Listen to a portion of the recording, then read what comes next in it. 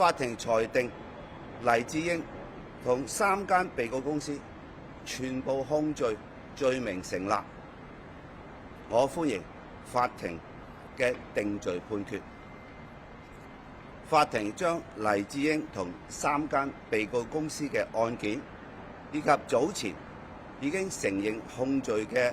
8人嘅關連案件，一併押後到2026年1月12日聽取求情，然後公佈判刑日期。黎智英長期利用旗下媒體《蘋果日報》，肆意製造社會矛盾，挑撥社會對立，煽動仇恨，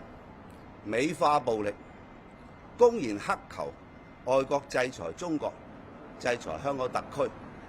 招引外部干預。黎智英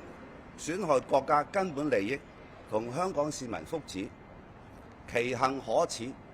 其心歹毒。黎智英恣意妄為嘅罪行係喺眾目睽睽之下進行，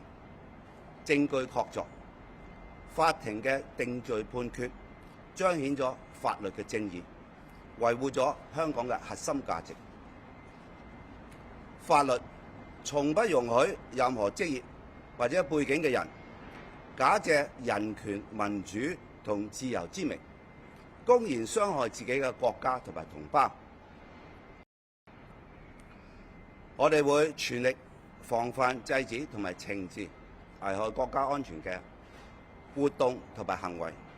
履行呢個天經地義嘅責任。我強調，特區政府旗幟鮮明，司法機關理直氣壯，無懼任何威嚇，堅定履行維護國家安全嘅責任。唔該晒，唔該晒。